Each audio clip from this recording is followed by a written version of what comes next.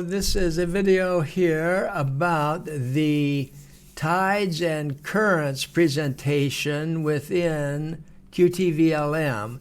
It is one of the very best there is in any navigation program, including all the ECDIS used on ships and so forth. It's really state of the art.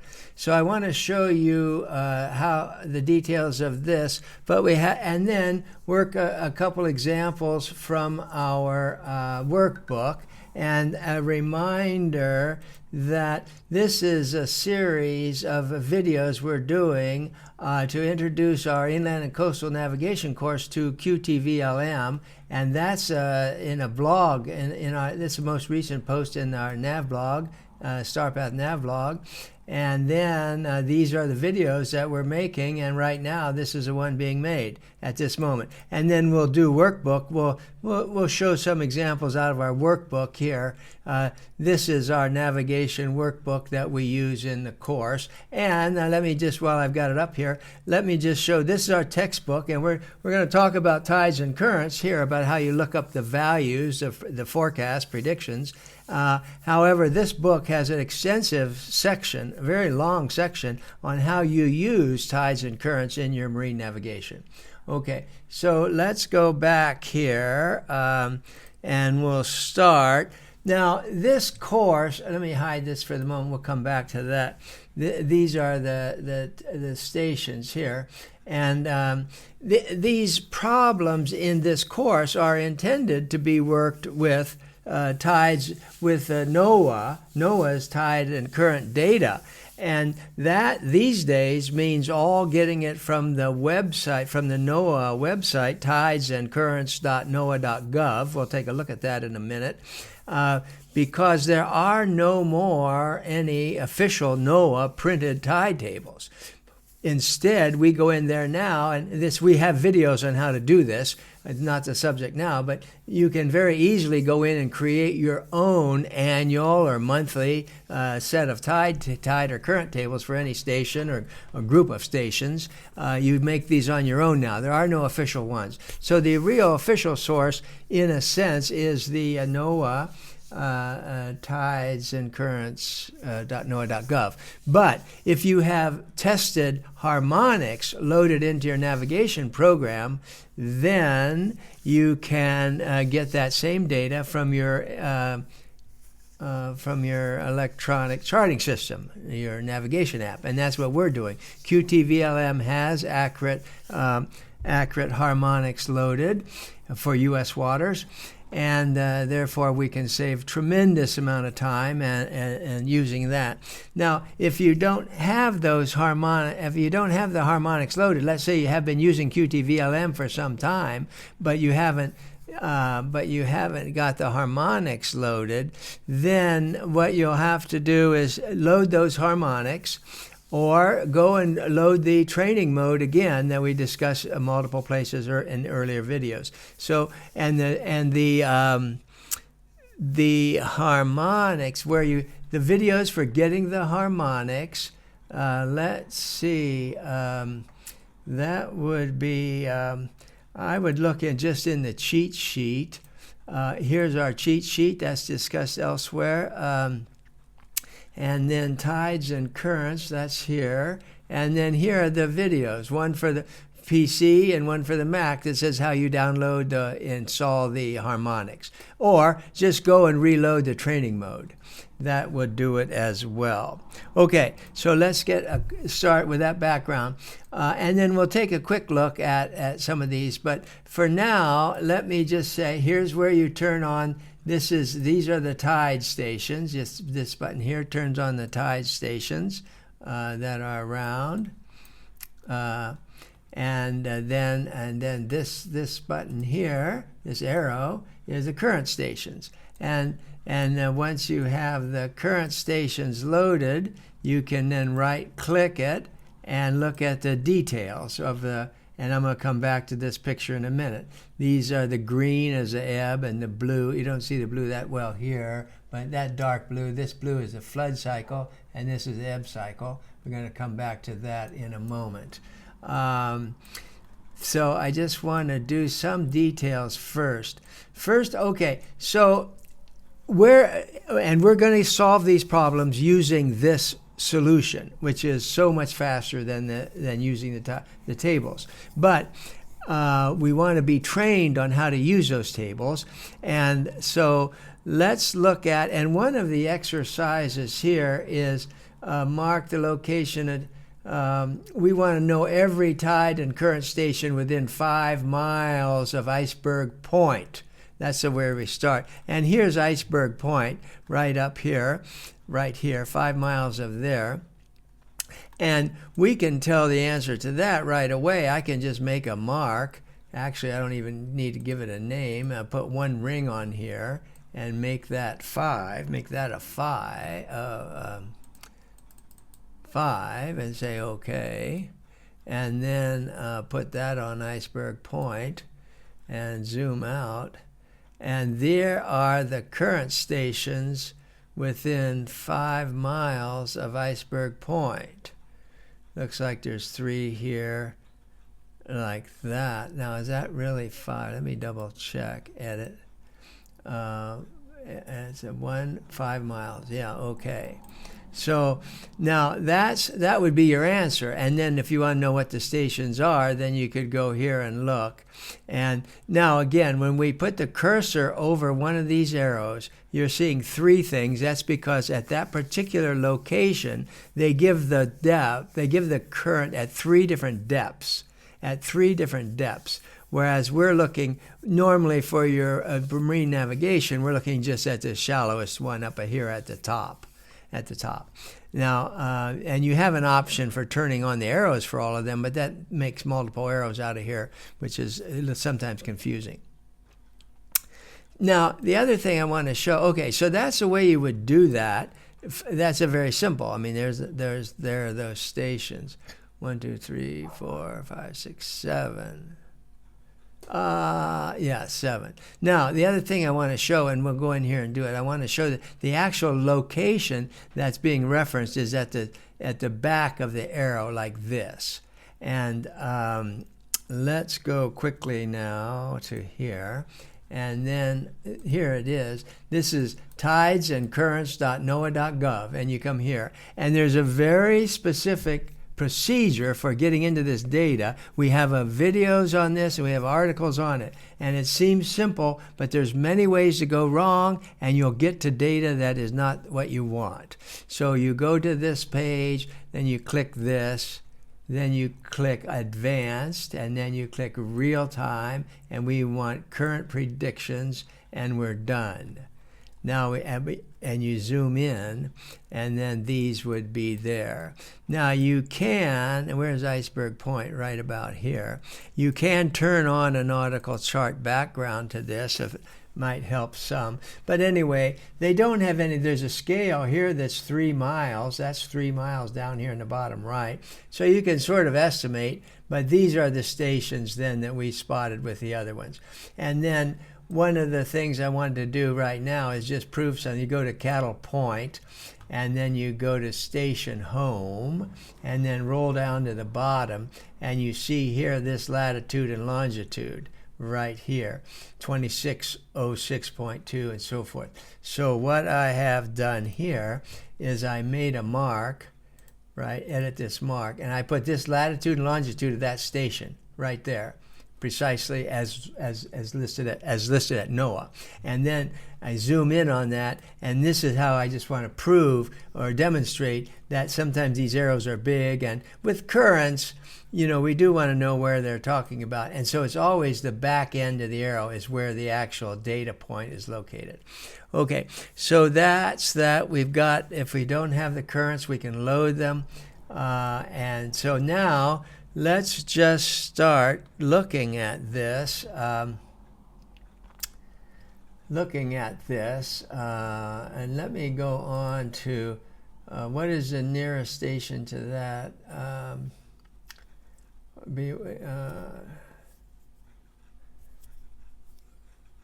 Okay, so in this case, what is the nearest station this is, by the way, it turns out this is one of the main issues that you are confronted with in your marine navigation when you're using harmonic currents. Now, let me just mention here that you can now download OFS numerical grid formatted tidal current forecasts, which are really the state of the art. And so, but we're not discussing that at the moment. Now we're discussing the use of harmonic predictions, harmonic tidal current predictions and tide height predictions, and that we use this functionality here in the program, which I'm going to show very quickly here. So this just says find the nearest current station to this. Well, in that case, I would just make a mark here, and then what are we after? You're after 48 degrees 20 north. So you go 48 degrees 20 here, and then what else? 48 degrees 20 north. 123 degrees 2 minutes west. Oh wait, 123 or 122? 123. 123 degrees. Put that here, and then 2 minutes. I'm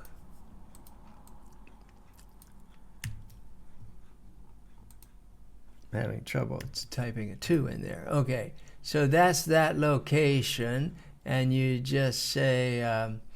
What was this? 8-14. 8-4. 8-what? 8-13. 8-13. Okay. So okay. And now, well, this is another. Let me just see some more examples here. Now I did that. I just made a mark. And oh well, here it is. But let's say I couldn't, I just accidentally found where it is. But let me say I couldn't. I can go up here and just say marks, marks management, and then I would see this 8-13, and I'd say center on that mark, and then that would find it for me.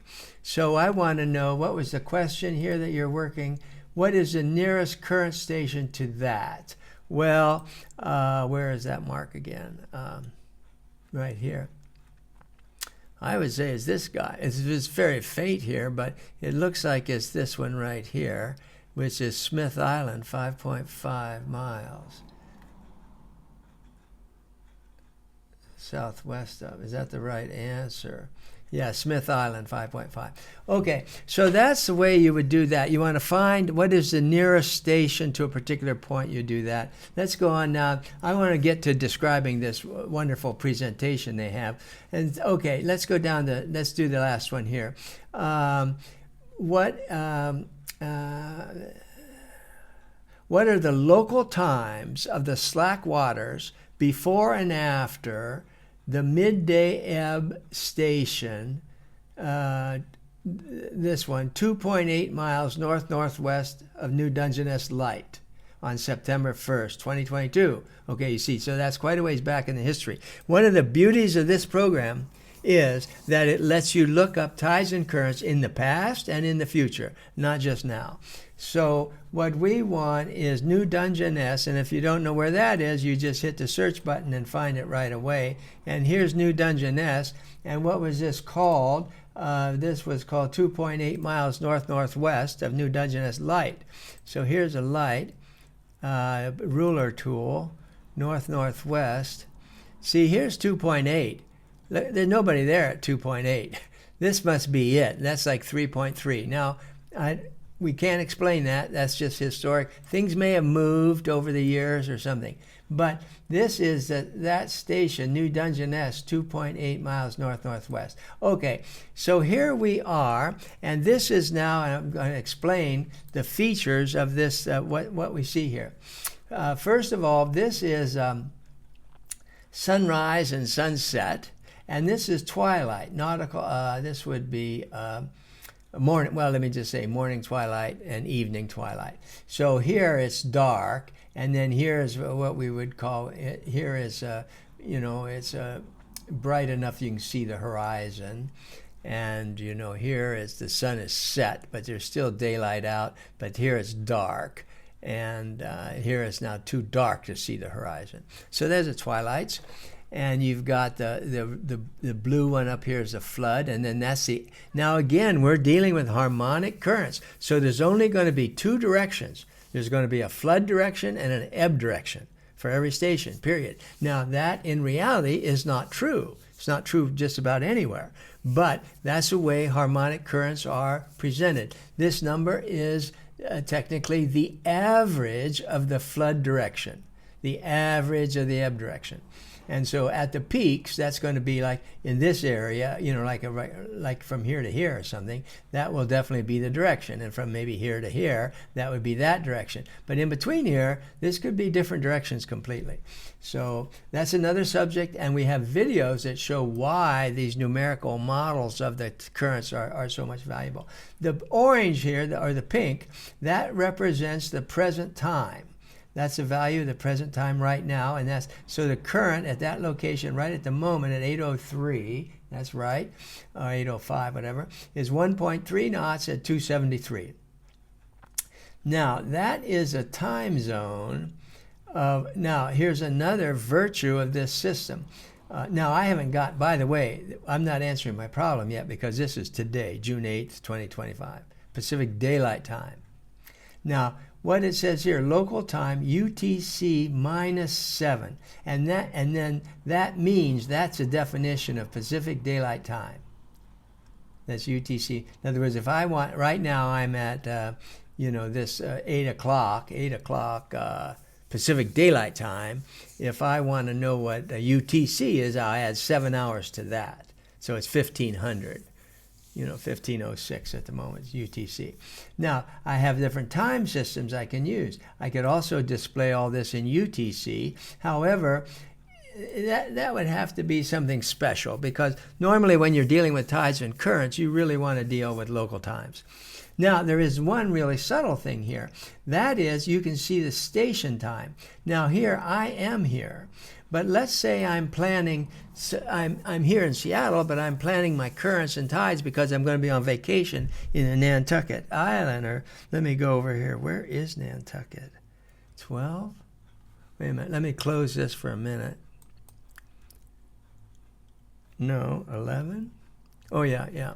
So this, I think, Nantucket Island. Yeah, I don't have charts loaded for that. But here are the currents over here in Nantucket Island right now.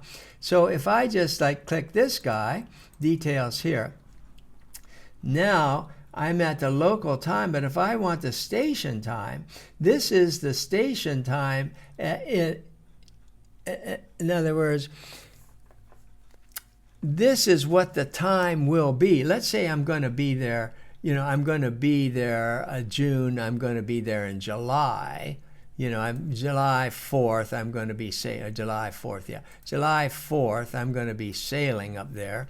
And I want to know on July 4th, what will be the local time up there in Nantucket when I've got this peak ebb here. And you see, then I can read that here, like this. Now in Seattle time, that would be this. Or again, you can go to UTC. So you have a sophisticated situation here where you can look at the time at the station you're reading.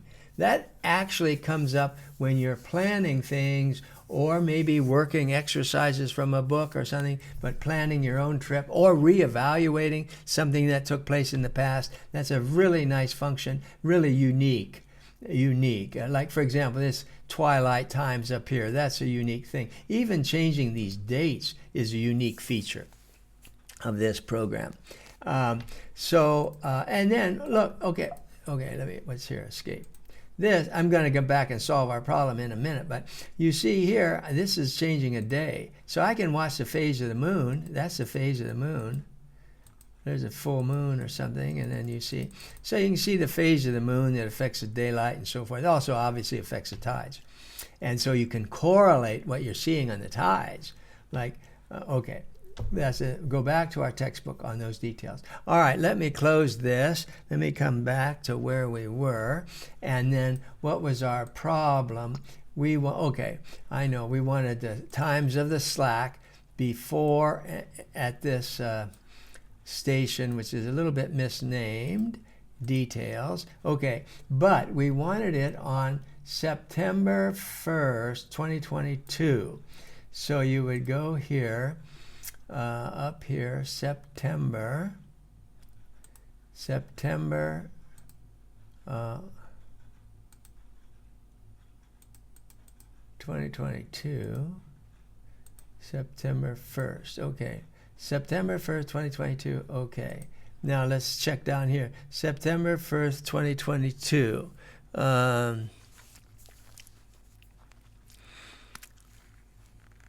Okay, I'm just checking my notes to see if there's something else I might have missed. I don't need. Okay, no, I think so. Okay, now probably, let's see what it asks. What are the local times? Local times, right? So that would be UTC minus 7, September. Yeah, okay, and so that's that. And now the question is the slacks before and after the midday ebb. The midday ebb is this guy. So the time of the slack is here, something like 9:03 or something, up to 16:30 maybe. Okay, what did I get? 9:06 to 16:30. Okay, so that's the way you work that, and then that was just to illustrate. Here, by the way, is you've got the different depths. You can, if you wanted to look at the depth down at 360 feet, that you would see this, 360 feet. Or you could see here like that. And so forth. So that's the way this works. It's a very powerful display of the harmonic currents. And that's how you would solve. Now, we encourage everybody to learn how to use tidesandcurrents.noaa.gov, but also be sure you have a good solid harmonics loaded here, and then just do them right from this program, qtVlm. One last thing I want to show, which I forgot to, and I'm going to add it now, is if we want to see here are the currents of this area here. What you can do is just go up and set an interval. Let's say you want 1 hour variation like that. And then you can go up here and just click this and then watch how the currents vary at a given place, at a given, how it varies with time. So you can go forward like this, and the time you're reading is up here in the left-hand corner. Let's see, is that right? Yeah, you'll see the time up there in the corner, and you can do that. And this button, arrow to a flat point, that's now. So you push this, and you go back to the present time. Oh, that's UTC. Okay, let me go configuration, units. Normally when you're working with tides and currents, you're dealing with local times. Okay, so that's the present time, 8:23 in the morning. And so again, this is you could do every 2 hours, you see, and step through and then hit 0 and come back. Okay, I forgot to add that.